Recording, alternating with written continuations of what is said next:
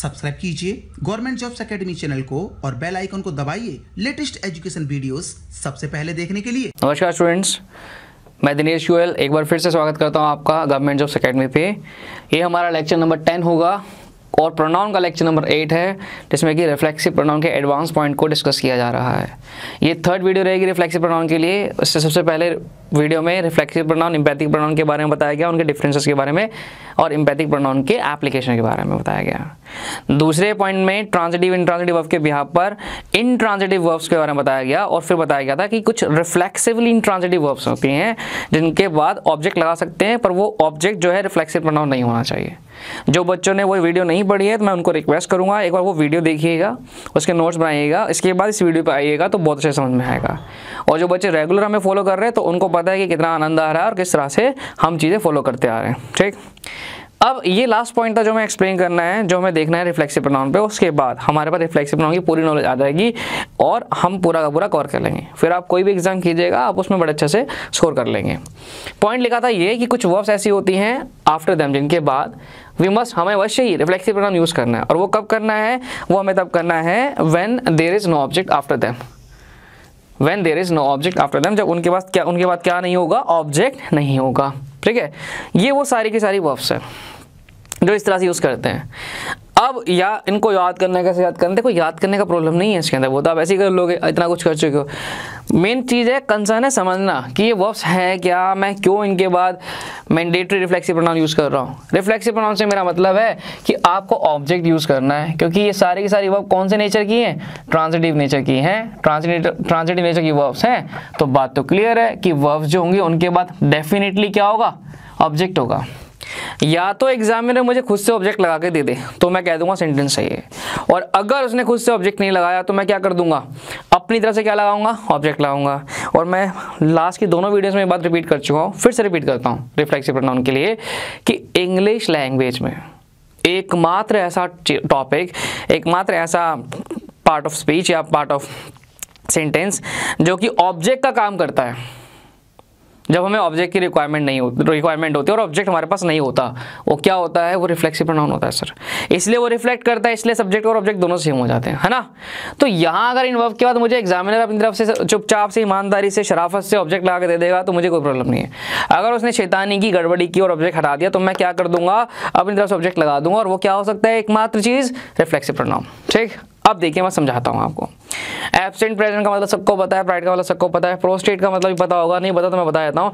इसका मतलब होता है बो डाउन, BOWDOWN, किसी के आगे झुक जाना, हार मान लेना। ऐसे झुकते हैं, सजदा करते हैं, ऐसे सलाम करते हैं, उसे कहते हैं बो डाउन होना, है ना। एम्यूज और एंजॉय का दोनों का मतलब सेम होता है, किसी चीज़ का लाभ, आनंद लेना। एक्सर्ट का मतलब होता है अप्लाई करना। क्या अप्लाई करना? हार्ड वर्क करना बेसिकली। और वो hard work physical hard work नहीं होता, मेंटल हार्ड वर्क होता है, जो स्टूडेंट्स एग्जाम्स में करते हैं, जो टीचर्स क्लास में कर रहे हैं, मैं करता हूँ तुम्हारे साथ और तुम करते हो मेरे साथ, है ना। अवेल का मतलब लाभ उठाना हो गया। अडेप्ट का मतलब होता है, सबको पता है, अडेप्ट का मतलब अपने आप को ढालना, अनुकूल करना। रेवेंज और एवेंज, देखो रेवेंज का आपने सुना हुआ बदला लेना, एवेंज क्या हो गया फिर बच्चों? रेवेंज का मतलब होता है अपना बदला लेना। अपना बदला का मतलब क्या है? किसी ने मेरी इंसल्ट की, अब मैं वेट कर रहा हूँ कि मैं कब उसकी इंसल्ट करूँगा, मुझे कब मौका मिलेगा, उसे रेवेंज बोलते हैं। किसी ने मेरे मित्र की इंसल्ट की और मुझे पता लग गया, अब मैं उसकी इंसल्ट करूँगा, उसे एवेंज कहेंगे। दूसरों का बदला एवेंज, अपना बदला रेवेंज। रिकंसाइल, सहमति के साथ चलना, बी इन अग्रीमेंट, किसी के साथ सहमति के साथ चलना, काम करना। सेक्रीफाई, बलिदान करना। ब्लेम, किसी को आरोप लगाना। एक्विट का मतलब मैं बताऊंगा बड़े आराम से, इसके दो मतलब होते हैं। एक वर्ड और लिख लीजिए, इंट्रोड्यूस, किसी को किसी से मिलवाना, फैमिलियर करवाना, है ना। ये वर्ड्स बन जाती हैं। अब इसको समझिएगा कि इसकी एप्लीकेशन हम कैसे यूज करते हैं। देखिएगा, अगर सेंटेंस लिखा जाए ये, मैं दो वर्ब लेता हूं, पहले मैं इस छोटा सा एब्सेंट के बारे में बताता हूं, छोटा सा एग्जांपल्स, फिर मैं इस एंजॉय वर्ब के बारे को लेके अच्छे से एग्जांपल्स आपको देता हूं जिससे आपको समझ में आ जाएगा। उसके बाद बहुत सारे एग्जांपल ऑलमोस्ट हर वर्ब के दे देंगे। ही इज एब्सेंट टुडे, इस सेंटेंस का मतलब है वो आज उपस्थित नहीं है, अनुपस्थित है। ठीक, सेंटेंस को तोड़ते हैं। ही आ गया सब्जेक्ट, इज आ गया लिंकिंग वर्ब, ठीक है, जिसको आप हेल्पिंग वर्ब बोलते हैं, और एब्सेंट यहाँ पे क्या है, अब आप मुझे ये बताइए कि एब्सेंट यहाँ पे क्या है, एनालाइज कीजिए। क्या ये वर्ब है? वर्ब तो नहीं है, वर्ब होता तो एक्शन बनता। अगर वर्ब ही नहीं है तो ट्रांजिटिव और इंट्रांजिटिव वर्ब की तो कहानी खत्म हो गई, और अगर कहानी खत्म हो गई तो रिफ्लेक्सिव प्रोनाउन की कहानी भी खत्म हो गई, है ना। तो यहाँ पे रिफ्लेक्सिव प्रोनाउन तो नहीं आ सकता, सेंटेंस ये सही है, ये बात तो क्लियर हो गई, क्योंकि ये वर्ब नहीं है। पर ये है क्या, मुझे जानना है। देखो मैं एक चीज़ बताता हूँ आपको, जब कभी भी आपको किसी एक सेंटेंस में ये जानना है कि कौन सा एक पर्टिकुलर वर्ड, कौन सा पार्ट ऑफ स्पीच है, नाउन है, प्रोनाउन है, एडजेक्टिव है, एडवर्ब है, क्या है, तो सिंपल सा एक तरीका होता है, उस पर्टिकुलर शब्द की जगह पे एक साधारण सा कोई भी नॉर्मल सा पर्टिकुलर वर्ड रिप्लेस करके रख दीजिए। अगर कोई एडजेक्टिव है, सिंपल सा वो लिख दीजिए, जैसे ब्रेव है, हम सबको पता है ब्रेव एडजेक्टिव है, नाइसली सबको पता है एडवर्ब है, तो रख के देख लीजिए, अगर वो एक्चुअल मीनिंग दे रहा है, सही मीनिंग दे रहा है, तो वो वही पर्टिकुलर पार्ट ऑफ स्पीच होगा। अगर नहीं दे रहा तो वो नहीं हो पाएगा। मैं चेक करता हूँ, इस एब्सेंट की तरह लगाइए, एडजेक्टिव लगा दीजिए, ब्रेव लगा दीजिए, क्या सर्टिफाई करेगा?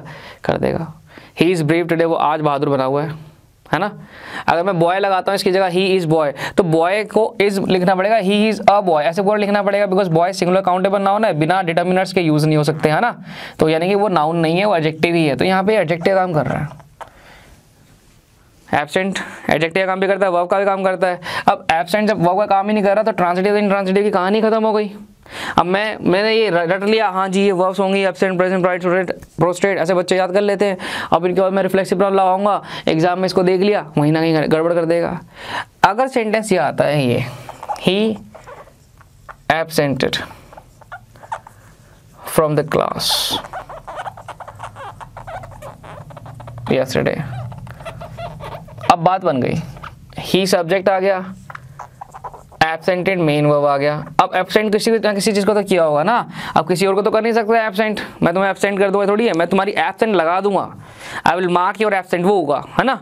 अगर मैं टीचर हूँ, मैं ऑथराइज्ड हूँ, तो ये तो अपने आप के रिगार्ड में यूज़ हो गया। तो इसलिए अब ये ट्रांजिटिव वर्ब होना चाहिए था, उसने इंट्रांजिटिव बना दिया, बिकॉज द क्लास जो है आपका ऑब्जेक्ट है, प्रेपोजिशनल फ्रॉम प्रेपोजिशन आ गया, और यस्टरडे एडवर्ब ऑफ टाइम आ गया, है ना, एडवर्ब ऑफ टाइम आ गया। तो यहाँ पे बनना चाहिए था ही एब्सेंटेड हिमसेल्फ, ऐसे रिफ्लेक्सिव प्रोनाउन यूज होगा। जब ये वर्ब्स होंगी बाय नेचर ट्रांजिटिव हैं, इनके बाद ऑब्जेक्ट मैंडेटरी है, अगर एग्जामिनर नहीं देगा तो हम लगा देंगे। पहले सेंटेंस में वर्ब का काम कर ही नहीं रहा था, तो बात ही खत्म हो गई एब्सेंट रिफ्लेक्सिव प्रोनाउन की, है ना, ऑब्जेक्ट सब्जेक्ट की तो बात ही खत्म हो गई। लेकिन सेकंड में वर्ब का काम कर गया, ऑब्जेक्ट नहीं था तो हमने लगा दिया। ठीक, मैं एग्जाम्पल लेता हूँ एंजॉय के, समझिएगा इसको। We enjoyed the party, ठीक है, we enjoyed in the party। जिन बच्चों ने पहला लेक्चर देखा हुआ मेरा, जिसमें प्रेपोजिशनल सब्जेक्ट के बारे में बताया गया था, उसको ही बहुत अच्छे समझ में आ जाएगा। जिन्होंने पहला लेक्चर नहीं देखा हुआ, प्रेपोजिशनल ऑब्जेक्ट वगैरह नहीं पता, तो प्लीज़ पहला लेक्चर जरूर देखिएगा, वरना यहाँ गड़बड़ करोगे। चेक करते हैं, पूरा सेंटेंस एनालाइज करते हैं। कैसे एनालाइज करते हैं? वी क्या आ गया? सब्जेक्ट आ गया। एंजॉयड क्या आ गया? मेन वर्ब आ गया। क्या एंजॉयड किया है? पार्टी, ऑब्जेक्ट आ गया। तो एंजॉय जो है ट्रांजिटिव वर्ब बाय नेचर, यहाँ पर भी है, सेंटेंस सही है। अगर ये ऑब्जेक्ट पार्टी नहीं होता तो हम क्या करते बेटा? ऑब्जेक्ट अपनी तरफ से लगाते, और क्या लगता? रिफ्लेक्सिव प्रोनाउन लगता। नेक्स्ट सेंटेंस देखिए, वी सब्जेक्ट आ गया, एंजॉयड मेन वर्ब आ गया। हमने एंजॉय किया, क्या किया? इन द पार्टी, पार्टी में एंजॉय किया, क्या किया ये तो नहीं पता, है ना, वो तो मैं हिंदी बता रहा हूँ बस आपको। आप स्ट्रक्चर पे जाइए डायरेक्ट, जो फंडामेंटल है, जो जैसे ज्ञानी लोग काम करते हैं, जिनके पास नॉलेज होती है, वैसे काम कीजिए। फालतू में तुक्के मारने वाली बात ही खत्म हो जाएगी।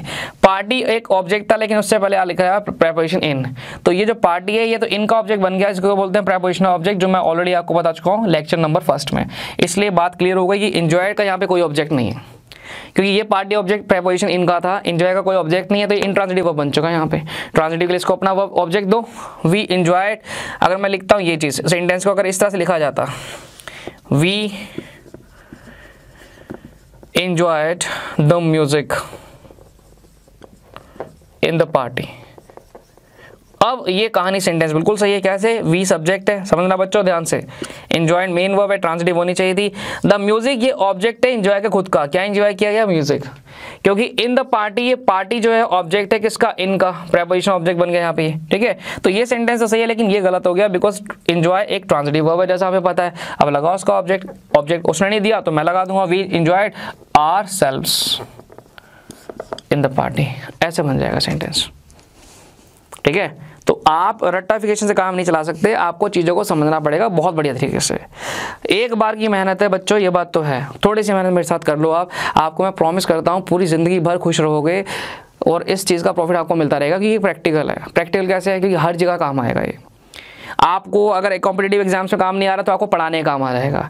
आप किसी और को कॉम्पिटिटिव वर्ल्ड में नहीं पढ़ा रहे हो टीचर की तरह, तो अपने बच्चों को पढ़ा सकते हो, किसी और को पढ़ा सकते हो। And there are so many things sir. जब आपको ग्रामर ही नहीं आती है तो आप एक स्पोकन इंग्लिश कैसे अच्छी बोल सकते हैं, ये भी समझिए ना आप, है ना। बहुत सारी चीज़ हो जाती है, तो ये प्रैक्टिकल है बहुत बढ़िया तरीके से। तो इस तरह से एंजॉय इसको यूज़ किया जाता है। अब एंजॉय का ना एक छोटा सा और एग्जाम्पल होता है जो बहुत फेमस होता है, जो हम डेली रूटीन लाइफ में यूज़ करते हैं इस तरह से, गो एंड एंजॉय योरसेल्फ, ऐसे बोलते हैं ना हम, जाओ जाके एंजॉय करो, सुनने में आता है। अब देखो एंजॉय के बाद ऑब्जेक्ट नहीं था, ऑब्जेक्ट नहीं था तो रिफ्लेक्सिव प्रॉन लगा दिया सेकंड पर्सन रिगार्ड में, गो एंड एंजॉय योरसेल्फ। अगर वो ऑब्जेक्ट ले देगा तो मैं फिर से हटा दूंगा उसको, इस तरह से गो sorry and enjoy the rain. अब कहा है जाओ जाके एंजॉय करो। अब एंजॉय करने को कहा गया है, रेन ऑब्जेक्ट आ गया, अब ऑब्जेक्ट आ गया तो ट्रांजिटिव वर्ब बन गया, तो रिफ्लेक्सिव प्रोनाउन की रिक्वायरमेंट ही नहीं है, सेंटेंस ये भी सही हो गया। लेकिन अगर सेंटेंस में इस तरह से लिख दूंगा, go and enjoy yourself the rain, अब बात क्लियर है, ऑब्जेक्ट ऑलरेडी अवेलेबल था जो कि रेन था, तो रिफ्लेक्सिव प्रोनाउन तब यूज़ करते हैं जब हमारे पास ऑब्जेक्ट नहीं होता, क्योंकि वो ऑब्जेक्ट का काम करता है। तो यहाँ पे जो रिफ्लेक्सिव प्रोनाउन है ना, उसका यूज़ करना सुपरफ्लूअस हो जाएगा, उसकी रिक्वायरमेंट नहीं है फिर भी यूज़ कर रखा है, तो वो गलत बन गया। क्लियर? देखिए एक्विड वर्ड लिखा था यहाँ पे एकदम एंड में मैंने, है ना। एक्विड वर्ड पे मैंने कहा था उसका मैं मीनिंग थोड़ी बाद में बताऊंगा। अब क्या करते हैं, मैं यहाँ पर नंबर ऑफ एग्जाम्पल्स लिख रहा हूँ, आप लोग मेरे साथ साथ लिखते चले जाएं। वीडियो को पॉज भी कर सकते हैं पॉज करने के लिए, ताकि आप अच्छे से इसको उतार ले, समझ तो आपने लिया ही है। उसके बाद फिर उसमें इस बिहाफ पर हम एरर पूछते चले जाएंगे, ढूंढते चले जाएंगे कि किसमें क्या एरर है। ठीक है जी, तो आप वीडियो बड़े आराम से पॉज कीजिए और सबके सब बच्चे बड़े आराम से इसके अच्छे से नोट्स बनाइए, और मैं और एग्जाम्पल यहाँ पे लिखता चला जा रहा हूँ। उन एग्जाम्पल्स को भी आप देखिएगा, पॉज करके समझिएगा, एरर फाइंड कीजिएगा, फिर वीडियो को आगे रिज्यूम कीजिएगा और देखिएगा आपने सही से ठीक किया नहीं किया। आई होप आप सब बड़े अच्छे से ठीक कर लेंगे, बिकॉज आप अच्छे से पढ़ रहे हैं। देखिएगा मैं लिख रहा हूँ, लिखते चले जाइएगा।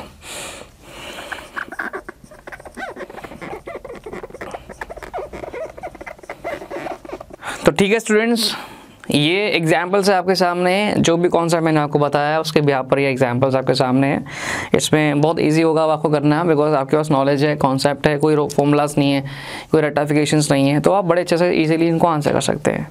ये वो कॉन्सेप्ट है जो सबसे ज़्यादा आपके एग्जाम्स में रिफ्लेक्सिव प्रोनाउन में वेटेज रखता है। ठीक है, देखिए समझिए और कीजिए, आप वीडियो पॉज करके इसको बड़े अच्छे से कर सकते हैं, और साफ साफ अपेरेंटली लिखा हुआ है, जो भी है ध्यान से कीजिए। ठीक है जी, मैं एक्सप्लेन करता हूँ इनको किस में क्या गड़बड़ है। जो भी है आप पहले, जो भी आपने कर लिया है, नमक लगा दिया है, तो पहले आप समझ लीजिएगा कौन कौन से चैप्टर के सेंटेंस में क्या क्या गलती है, उसके बाद अपना कॉपी पेन द्वारा से लिखना स्टार्ट कीजिएगा। ठीक है, जब मैं समझा रहा हूँ तो आप सिर्फ समझेंगे, आप ज़्यादा नहीं लिखेंगे, उससे फिर आपको नहीं आ पाएगा ऐसे। ठीक, देखिएगा यहाँ तक तो समझा दिया था, यहाँ भी समझा दिया था, यहाँ से चलते हैं। द सर्वेंट प्रोस्ट्रेटेड, मतलब झुक जाना किसी का, क्या बताया था प्रोस्ट्रेट होता का मतलब क्या होता है। The servant prostrated before his master, servant ने अपने आप को मास्टर के आगे झुका लिया। अब इसको तोड़ते हैं हम लोग, ठीक है, एनालाइज करते हैं सेंटेंस को। सब्जेक्ट मेन सब्जेक्ट आ गया आपका सर्वेंट, प्रोस्ट्रेटेड मेन वर्ब आ गया, बिफोर प्रेपोजिशन है हिज मास्टर, प्रेपोजिशनल ऑब्जेक्ट आ गया।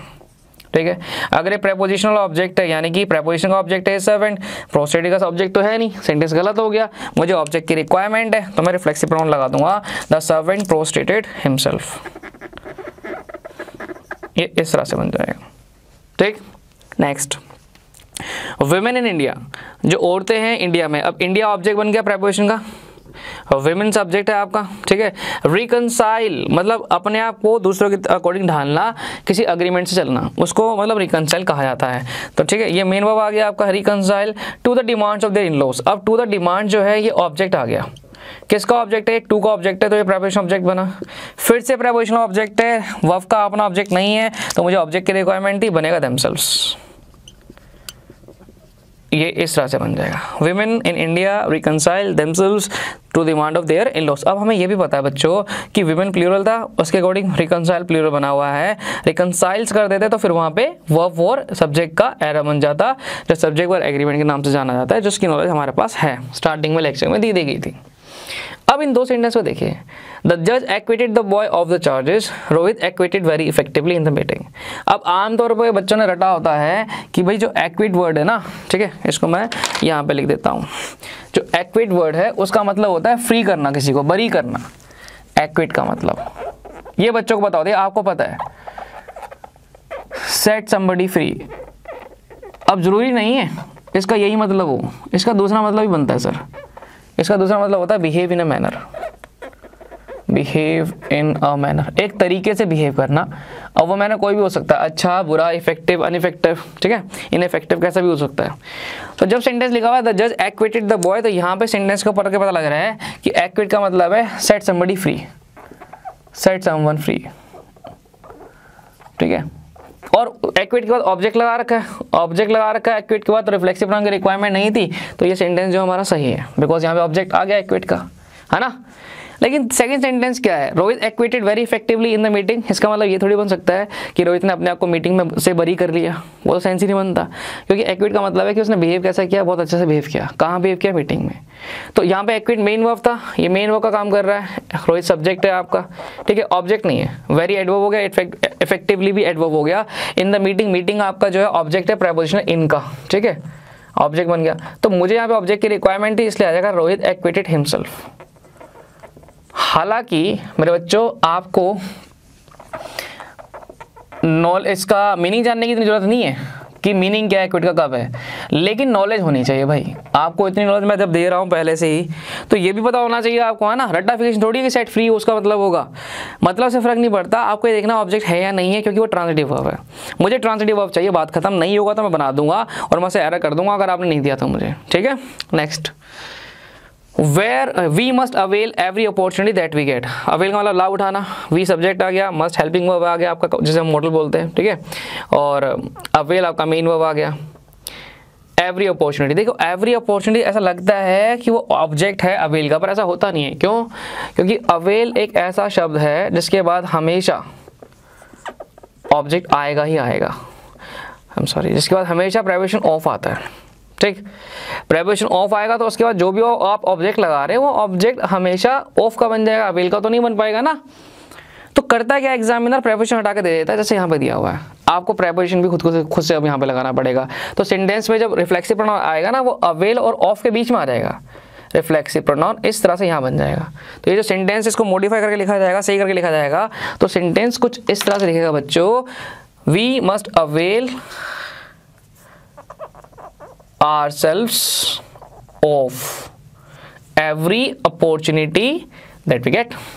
हमें हर वो अपॉर्चुनिटी का लाभ उठाना चाहिए जो हमें मिलती है ना। अपॉर्चुनिटी बार बार तो नहीं मिलती है हर किसी को, तो उसका लाभ उठाना चाहिए, वो यहाँ पर ये बोल रहा है। वेयर एवर इंडियंस गो, कहीं पर भी जो इंडियंस जाते हैं, सब्जेक्ट बन गया, मेन वर्ब बन गया। दे किसको रिप्रेजेंट कर रहा है, फिर इंडियन को सब्जेक्ट का काम कर रहा है, एडजस्ट मेन वर्ब आ गया। According to the climate, according वहाँ पे एडवर्ब बन गया, फिर वहाँ पे है ना एडजेक्टिव के अकॉर्डिंग भी बन जाता है वो, तो वर्ब ऑब्जेक्ट तो है नहीं वहाँ पे। दे एडजस्ट देमसेल्व्स, तो ये बन जाएगा according to the climate, circumstances. Clear? Last के दो sentences, Rama introduced her to the minister. Ram subject है, इंट्रोड्यूस मेन वर्ब है, हर आपका ऑब्जेक्ट आ गया। इसका पूरा मतलब है राम ने हर को मिनिस्टर से मिलाया, इंट्रोड्यूस कराया। सेंटेंस सही था, लेकिन लास्ट सेंटेंस गड़बड़ हो गया। रामा इंट्रोड्यूस्ड, किसको इंट्रोड्यूस किया है, टू द मिनिस्टर। किसी और को नहीं किया तो खुद को किया होगा, क्योंकि ट्रांजिटिव वर्ब है। Rama introduce himself to the minister, ठीक। अब आप सारे के सारे आंसर्स नोट डाउन कर सकते हैं बच्चों, बड़े आराम से वीडियो को पॉज करके। इसे कहते हैं आपका जो है आपका कंस्ट्रक्टिव लर्निंग वे। कंस्ट्रक्टिव लर्निंग वे में क्या होता है, फॉर्मूलाज रूरल लैंग्वेज को नहीं रटाया जाता, उसके अंदर आपको स्टैंडर्ड इंग्लिश दिखाई जाती है, कैसे यूज़ की जाती है, कैसे बनती हैं, और उस हिसाब से फिर आप उसको जब उसको पढ़ते हैं तो आप 2 साल बाद या 5 साल बाद भी पढ़ेंगे तो भी आपको प्रॉब्लम नहीं आएगी, वो आपको ध्यान रहेगा, ठीक। बने रहिए हमारे साथ साथ, आपको लगातार वीडियोस मिलती चली जाएंगी और बहुत ही बढ़िया तरीके से हर एक वीडियो में आपको चीज़ें मिल जाएंगी। ऐसा कुछ कभी नहीं होगा कि कोई आपको वीडियो दी गई है और उसमें कंटेंट नहीं है। हमारा पर्पस सिर्फ और सिर्फ आपको हेल्प करना है इस क्रैश कोर्स के थ्रू, ठीक। हालांकि हम आपके लिए कंप्लीट कोर्स भी लेके आने वाले हैं जल्दी, जिसमें पूरा इंग्लिश का कोर्स कराएंगे हम, जिसमें पूरा इंग्लिश होगा आपके पास। उसके बाद आप उस कोर्स करने के बाद पूरा जहाँ मर्जी जैसे मर्जी यूज़ कीजिए, प्रॉब्लम कभी नहीं हो सकती। बने रहिए हमारे साथ। जय सिया राम।